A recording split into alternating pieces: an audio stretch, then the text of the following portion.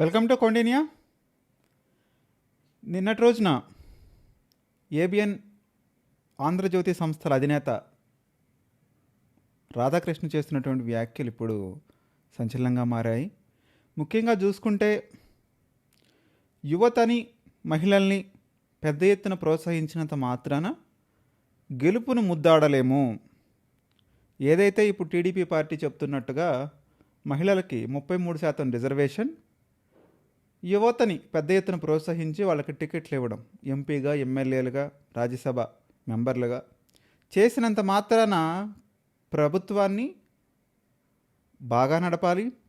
అప్పుడు మాత్రమే వీళ్ళు అనుకున్న విధంగా గెలుపు తీరాలని తాకేటువంటి అవకాశం ఉంటుంది అని నిన్న ఏబిఎన్ ఆంధ్ర సంస్థల యజమాని రాధాకృష్ణ సంచలనమైన కామెంట్సే చేశారు. ఆయన ఏ విషయాన్ని దృష్టిలో పెట్టుకొని చేశారంటే, మహానాడుని దృష్టిలో పెట్టుకొని ఇప్పుడు లోకేష్ సారథ్యంలో మహానాడు జరిగింది కాబట్టి ఆయన మహానాడు వేదికగా ప్రకటించాడు 33% ఉమెన్స్కి రిజర్వేషన్లు ఇస్తాము, 175 సీట్లలో 57 సీట్లు ఎమ్మెల్యేలకి, 25 ఎంపీ సీట్స్లో 8 ఎంపీ సీట్స్ లోక్సభకు గాను ఇస్తామని ఆయన ప్రకటించిన 2 రోజుల తర్వాత ఒక నిజాన్ని నిర్భయంగా మాట్లాడటం రాధాకృష్ణకి అలవాటుగా ఉంది. ఇదేదో పొగట్టానికి చెప్తున్న మాటలు కాదు, కేవలం సీట్లు ఇచ్చినంత మాత్రాన గెలవదు, గెలిపించలేరు అనేటువంటి అభిప్రాయాన్ని చాలామంది వెలిబుచ్చుతున్నారు. ముఖ్యంగా ఇది టీడీపీ మీడియా చెప్పుకుంటే చెప్పుకోవచ్చు, కానీ ఇది ఒక సంచలనమైన నిర్ణయం, అనూహ్యమైన నిర్ణయం. ఈ నిర్ణయంతోనే అన్నీ మారిపోతాయంటే అంత మారిపోయేటువంటి సీన్ అయితే ఏమీ ఉండదు. అదే పాయింట్ని లేవనెత్తాడు రాధాకృష్ణ. ఆయన ముఖ్యంగా తమిళనాడును ఒక ఎగ్జాంపుల్గా తీసుకున్నాడు. తమిళనాడులో జరిగినటువంటి పరిణామాలు ఏ విధంగా డిఎంకే, ఏడిఎంకే పార్టీలను పక్కన పెట్టి టీవీకే పార్టీ జోసెఫ్ విజయ్ని అధికారంలోకి తీసుకొచ్చారో ఒక సెక్షన్ ఆఫ్ పీపుల్, ఇప్పుడు జెన్ ఆల్ఫాని కూడా ఒక సెక్షన్ ఆఫ్ పీపుల్ అనాల్సిందే. ఇంతకుముందు వీళ్ళు ఏదైతే కనుక ఎస్సీలు, ఎస్టీలు, బీసీలు, మైనార్టీలు, మల్టిపుల్ సెక్షన్స్ ఆఫ్ పీపుల్ అన్నారో, ఇప్పుడు జెన్ ఆల్ఫాని కూడా ఒక సెక్షన్ ఆఫ్ పీపుల్ అనాల్సిందే. ఏ గవర్నమెంట్ని ఫామ్ చేయించాలన్నా, కూలదోయాలన్నా అంతా వీళ్ళ చేతుల్లోనే ఉంది, వీళ్ళు చెప్పినట్టుగానే నడుస్తుంది. అందుకే నిన్న కాక మొన్న ప్రధానమంత్రి మోదీ గారు కూడా వాళ్ళ క్యాబినెట్ మినిస్ట్రీస్ అందరికీ ఒక స్పెషల్ గైడ్లైన్స్ ఇచ్చారు. మీరు చేస్తున్న పని చెప్పుకోవాలి. ఏదైతే డిజిటల్ మీడియా ఉందో, ఇన్స్టా కావచ్చు, ఎక్స్ కావచ్చు, యూట్యూబ్ కావచ్చు, ఏదన్నా కానీ పర్టికులర్ సోషల్ మీడియా ప్లాట్ఫామ్లో మీరందరూ యాక్టివ్గా పార్టిసిపేట్ చేయాలి. అప్పుడే మిమ్మల్ని జంజీ యూత్ గుర్తుపెట్టుకుంటారు. రీల్స్ చేయండి అంటూ ఆయన చెప్పిన విధానం, ప్రజలతో కనెక్ట్ అవ్వండి డైరెక్ట్గా. సో ఇప్పుడు ఇక్కడ వీళ్ళు 33% రిజర్వేషన్, అదేవిధంగా యూత్ని ప్రోత్సహించినంత మాత్రాన గెలుపుని అంత ఈజీగా రాబట్టలేరు. ముందు మీ విధానాలు మారాలి, జవాబుదారీతనం రావాలి. ఏదైతే Gen Z youth, cockroach Janata party main స్లోగన్గా వచ్చాయో సమాజంలోకి, జవాబుదారీతనం, ఆ జవాబుదారీతనాన్ని ప్రజలు ముఖ్యంగా జంజీ యువత కోరుకుంటున్నారు. మరి ఆ జవాబుదారీతనంలో మీరెక్కడా, మీ ప్లేస్ ఎక్కడా? మీరు నిజంగానే జవాబుదారీతనంతో ప్రయత్నిస్తున్నారా?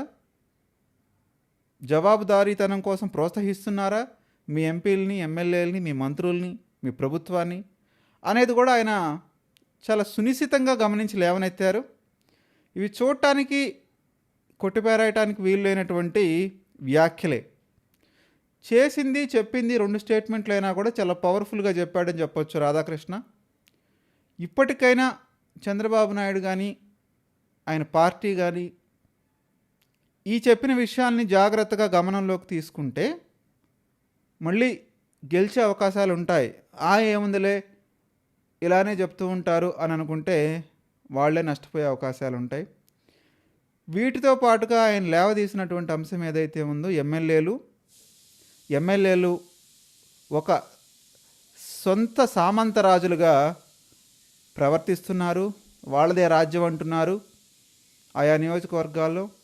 వాళ్ళని ఎదిరించే పరిస్థితి లేదు, వాళ్ళని ఏ ప్రశ్న అడిగే పరిస్థితి లేదంటూ ఆయన చేసిన వ్యాఖ్యలు కూడా కొంతమేర సంచలనంగానే ఉన్నాయి. ఇది అందరికీ తెలిసిన విషయం, కొత్త విషయం అయితే ఏం కాదు. దాంతోపాటుగా చంద్రబాబు నాయుడు పార్టీ మీద, ఎమ్మెల్యేల మీద పట్టు కోల్పోయాడు. పట్టు లేదు చంద్రబాబు నాయుడికి. అసలు ఇప్పుడే కాదు, స్టార్టింగ్ నుంచి చంద్రబాబు నాయుడు పరిస్థితి అట్లానే ఉంది.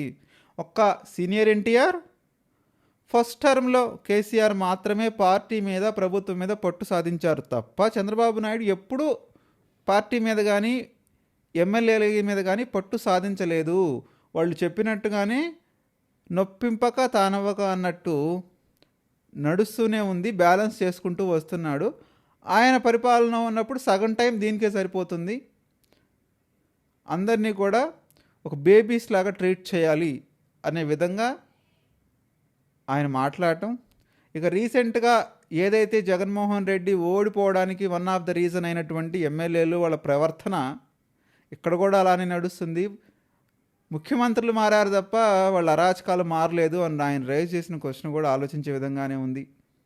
సో ఇప్పుడు కాదు, ఇప్పటికి చాలాసార్లు చెప్పాడు ఎమ్మెల్యేలు ప్రవర్తన మార్చాలి, గట్టిగా బిగించాలి, పొట్టు బిగించాలి, అప్పుడే ఇబ్బంది ఉండదు అని చెప్తున్నారు. కానీ బట్ ఎందుకో చంద్రబాబు నాయుడు అండ్ టీం అందులో మాత్రం డెఫినెట్గానే ఫెయిల్ అవుతుంది. ఆ ఫెయిలింగ్ ఇంపాక్ట్ రేపు వచ్చే ఎలక్షన్స్లో కనిపించే అవకాశాలు కూడా ఉంటాయి. ఎందుకంటే ప్రజలు ఇంతకు ముందులా లేరు. ఏదో చెప్పినంత మాత్రాన అయిపోద్దులే అనుకునేటువంటి అవకాశం ఇప్పుడు లేదు. ప్రస్తుతానికైతే అంతా బాగానే ఉంది అనిపించవచ్చు, అధికారంలో ఉన్నారు కాబట్టి. సర్వే మీడియాలు అనే చెప్తాయి, అదేవిధంగా డిజిటల్ మీడియాలు, అదే భజన మీడియాలు అనే చెప్తుంది. కానీ ప్రజలకు తెలుస్తుంది ఆ హీట్ ఏంటో. సో డెఫినెట్గా ఈ ఎమ్మెల్యేలు, ఈ ఇంపాక్ట్ అనేది ఎలక్షన్స్లో ఉండబోతుంది. రెండోది ఏంటి అంటే పరిశ్రమల గురించి కూడా మాట్లాడాడు ఆయన. పరిశ్రమలు ఇప్పుడు జస్ట్ సాధిస్తున్నారు కానీ అవి ఎస్టాబ్లిష్మెంట్ జరిగి వాటి యొక్క రిజల్ట్స్ రావడానికి చాలా టైం పడుతుంది.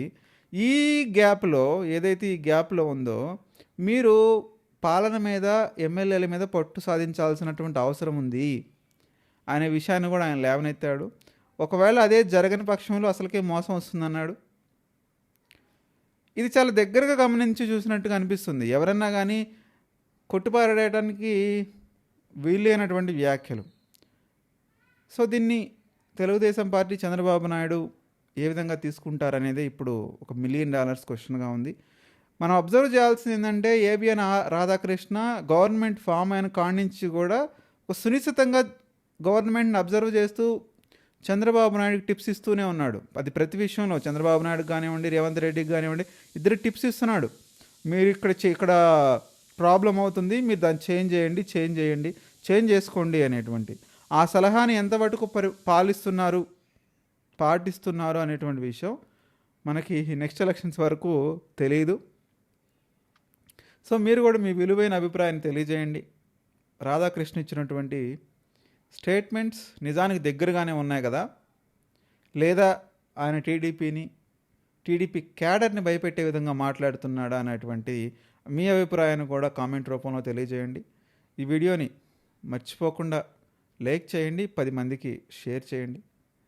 మరిన్ని మంచి వీడియోలతో మీ ముందుకు వస్తాను. అప్పటి వరకు సెలవు, నమస్తే. నేను మీ కౌండిన్యా, సైనింగ్ ఆఫ్.